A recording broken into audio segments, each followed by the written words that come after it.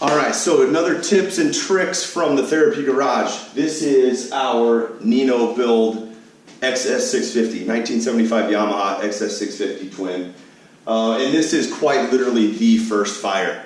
My tip and trick, don't leave all this clutter on your lift when firing for the first time. Make sure your exhaust clamps are bolted down tight, unlike me.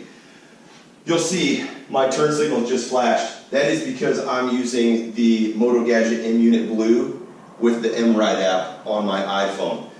So I don't even have to turn the key on to fire this baby up. So I'm going to turn fuel on.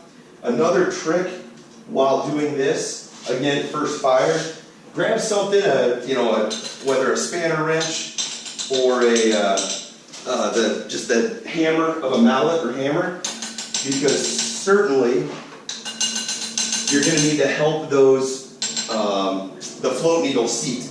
So you'll likely get a drip. That's coming from the float bowl gasket.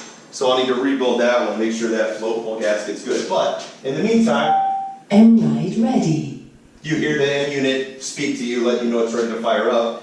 So let's try it. I'm going to choke this baby for the first fire.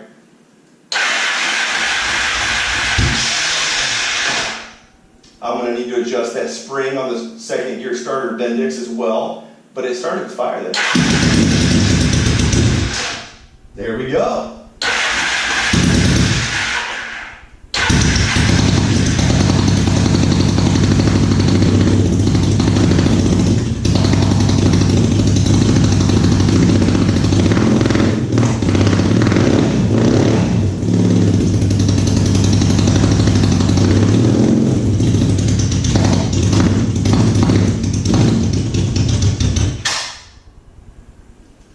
Okay, I'm going to need to dial in those carbs, tune them up, fix that drippy float bowl gasket, but I'd say that's a success.